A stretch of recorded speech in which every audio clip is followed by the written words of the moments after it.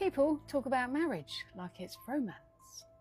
A ring, a promise, a happily ever after. But marriage isn't just a feeling, it's a contract. And contracts don't care how you feel. Most people don't read what they're signing because they've been trained to treat it like a milestone, not a legal agreement. The moment you sign, love becomes paperwork.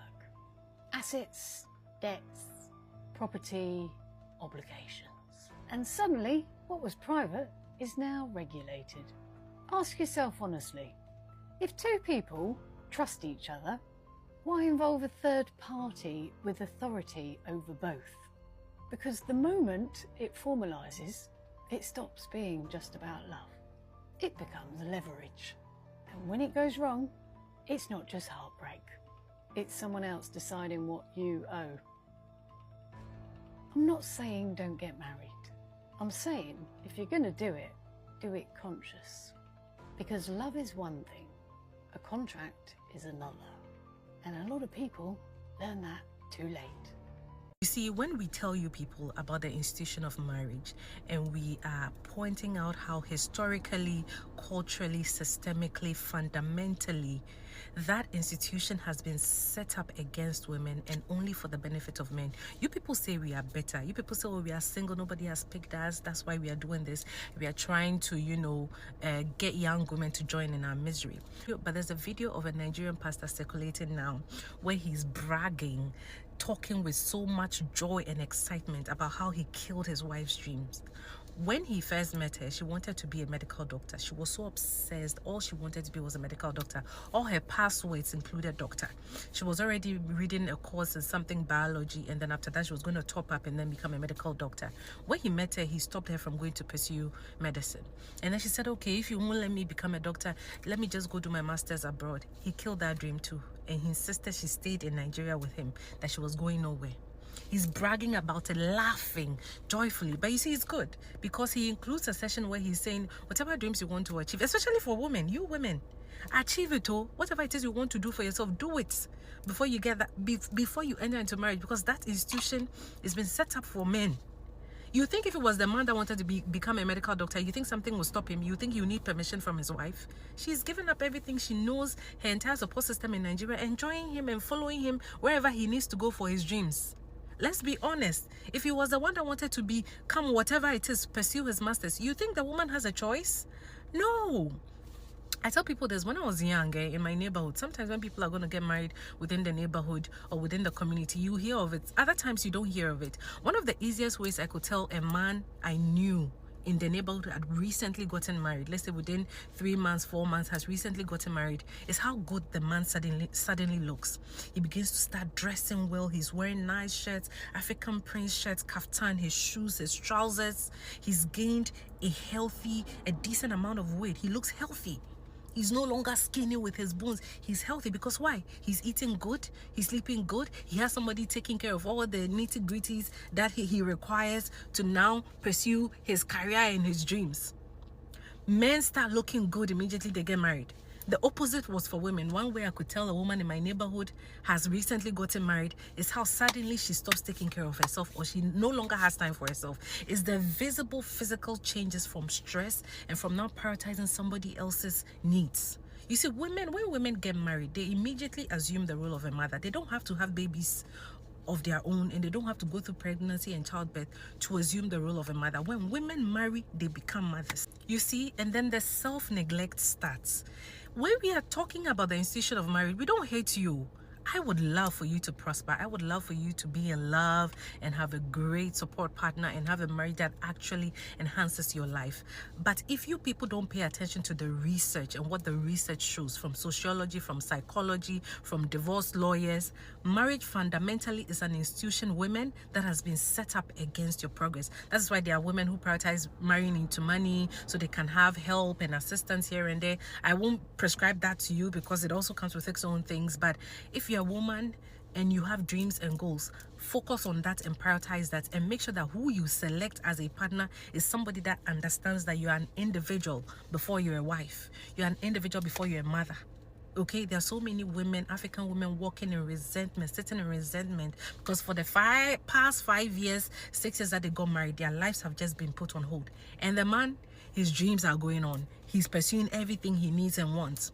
You see, and men have found a way to manipulate women to believe that their dreams are for the benefit of the entire family. But you, a woman's dream, is not that important, right? So the man is, oh, I'm doing this for us. It's a sacrifice for us. But if you divorce him right now, his credentials are his and his alone.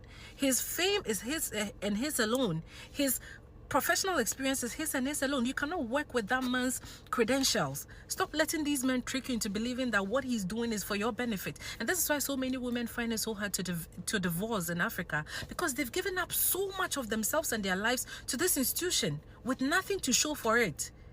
All those things he's doing in the name of his sacrifice for the family, it's his and his alone. It's on his CV.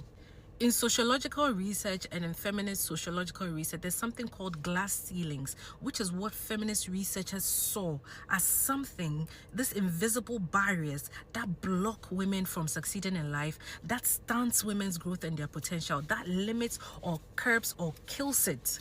Glass ceilings, it's a ceiling, it's a blockade, but you can't see it. This is societal narratives, societal stereotypes, expectations, religious expectations. So many women are confused about what it means to be a good Christian wife and to be an individual. They don't even know what that means. Sometimes having autonomy feels like you are going against your religious teachings on what it means to be a woman.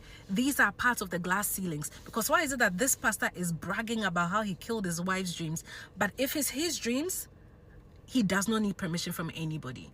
So girls, wake up, wise up. Don't listen to these incels and dimwits on the internet telling you not to listen to feminists. Feminists want your best interest at heart. Go to school, learn a trade, start that business. And whoever you're going to pick as your life partner is somebody that recognizes fundamentally how important it is for you to do things that make you fulfilled outside of being a wife and outside of being a mother. You are an individual first. Okay? Do you understand me? One of the most important decisions you make in your life is who you choose to marry. Marry somebody that is wise. Marry somebody that has evolved.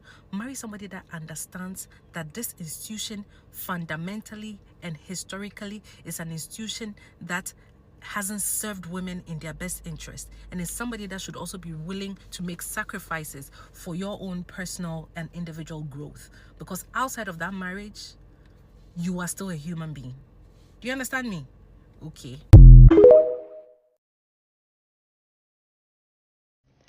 Can I tell y'all a secret?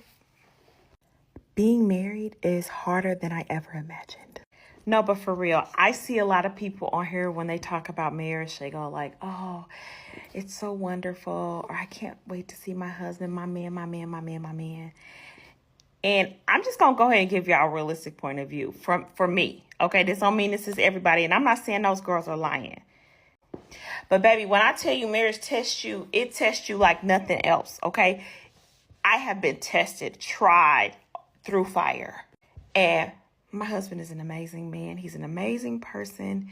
He is so kind. He is so gentle. Sometimes we don't see eye to eye on things, and we just look at a situation differently. And I'm a very passionate person. So when he's like, says his opposing view, I'm like, that don't make sense to me. Why would you think that way? And then I just get so like, I get so amped because I'll be like, I don't get it. I don't get why you think that way. And it turns into a whole thing. And then he's very deep. So he wants to do a deep dive analysis. And for me, I'm like, you know what? Forget it. But he's like, no. We're not into the conversation. Let's go deep. And so then we have to go deep. And I don't like having all them long conversations. That's one thing. Another thing is, I always ask God for a man that was really smart and that wore glasses and that was studious and loved to read, right? Y'all, why did God give me just that? Literally gave me just that. But I didn't know that on the other side of that came with someone who is kind of a know-it-all and like will definitely tell you, he gives me a scientific breakdown or scientific analysis or read out about every little thing. Literally, we had a power outage most of the week, and our food, we were trying to figure out how can we save our food in the freezer because it was still frozen after 2 days, and we were like trying to put it into coolers. He then goes through this whole thing about this deep dive on, what did he even call it? Hypotherm something. I don't even know. Half of the words he uses, I don't even know what they mean. Okay, I have to look them up. I think it was thermodynamics.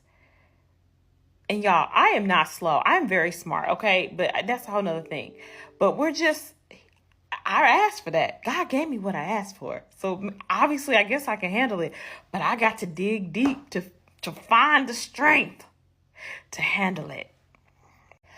Also, my husband is very logical. So it's very point A to point B to point C to D. Me, I'm a little bit more of a free spirit. So I may go from point A to point D. I done skip B and C. And then I'm skipping on down to G. Then I'm going back to B. So I'm kind of like, and he's like, I'm not following you.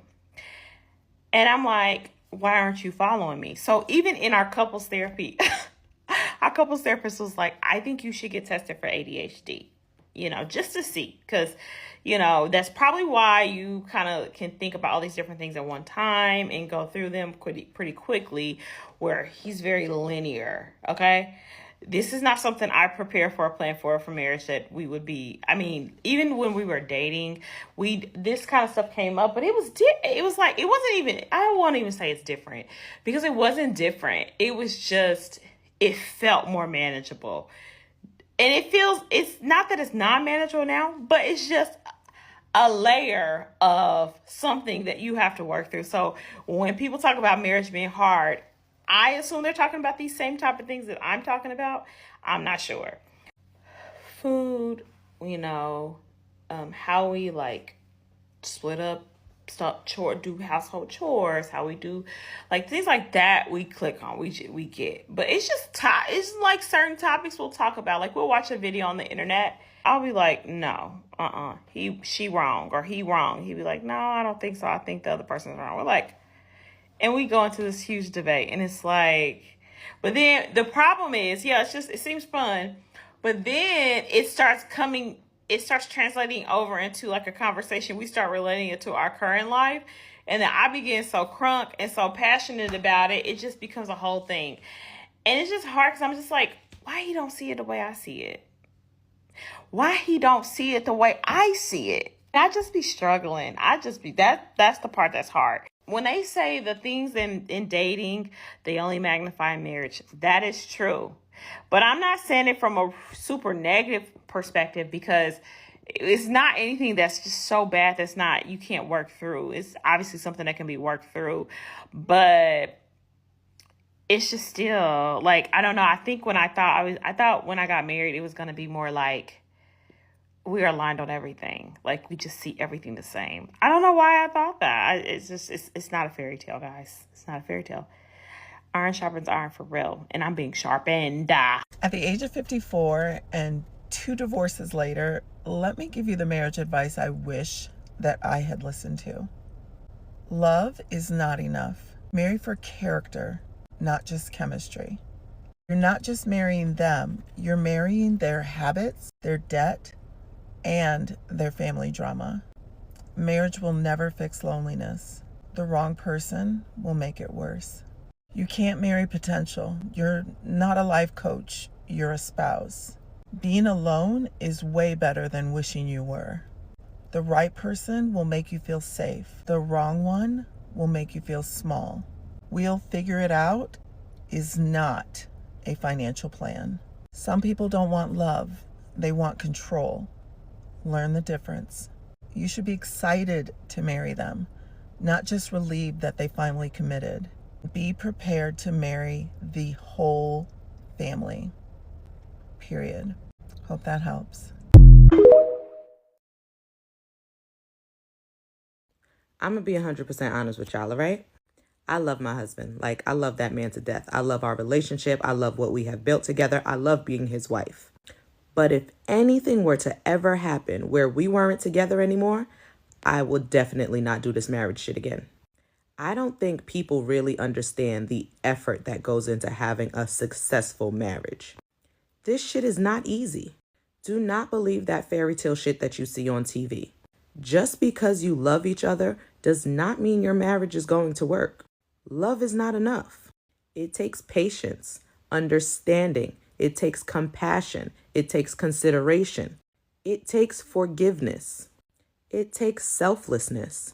For the rest of my life, every decision I make, I have to think about how it's going to affect my husband.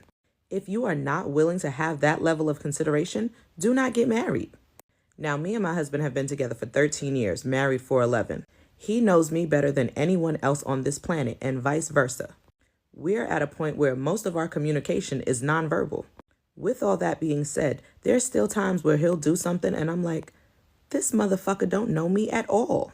So after all the time and effort we put into learning one another, I'm supposed to turn around and go do that shit with someone else? Absolutely the fuck not.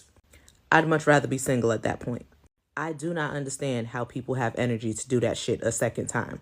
And of course, this is not to discourage anyone from getting married. Like I said, I genuinely love being married to my husband. But please make sure you understand everything that goes into an actual marriage. Too many people get caught up in the idea of the beautiful wedding that they don't really consider everything that comes afterwards.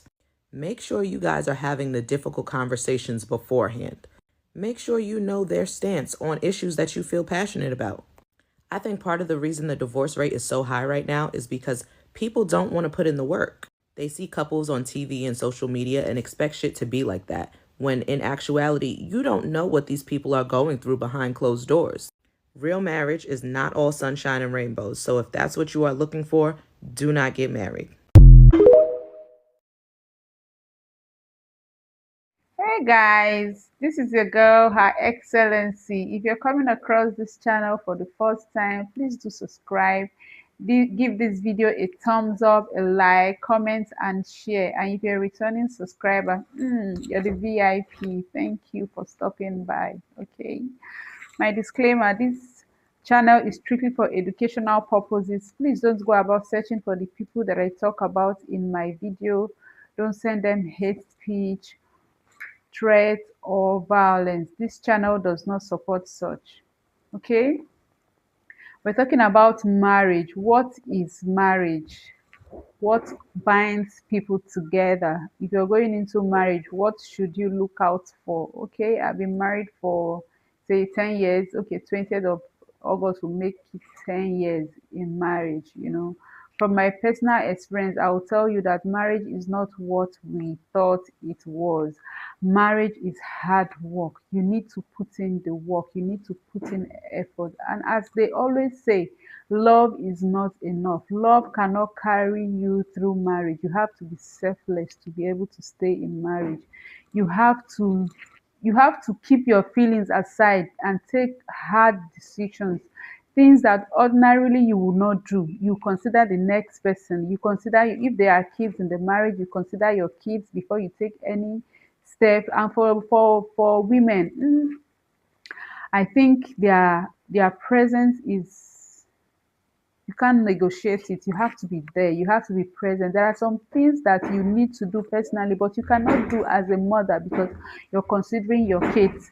But there are things that if your husband is involved, he could do some things. He could pursue his career. He could do all that. But for you as a mother, your heart cannot even take it.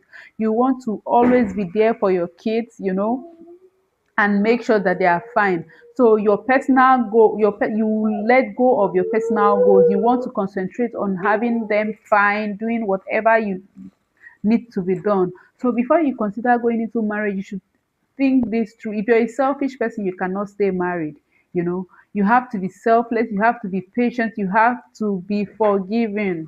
Yes, forgiveness is very key.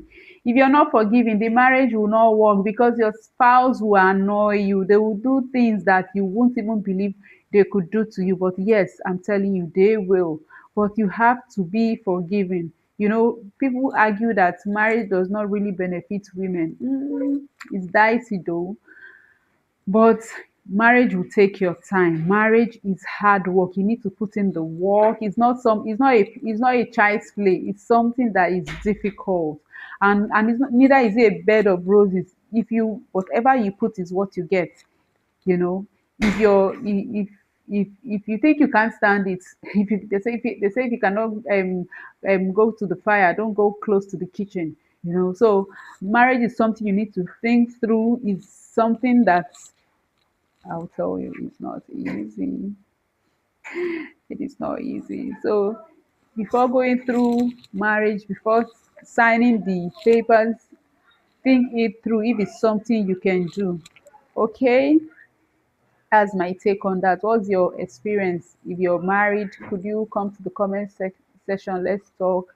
Give us your view on marriage. What do you think? What are your advice for those that are planning to get married, the singles? What can you advise them to do? Let's talk in the comment section. Please do give this video a thumbs up, a like, and share. And if you have not subscribed, please subscribe. Thank you.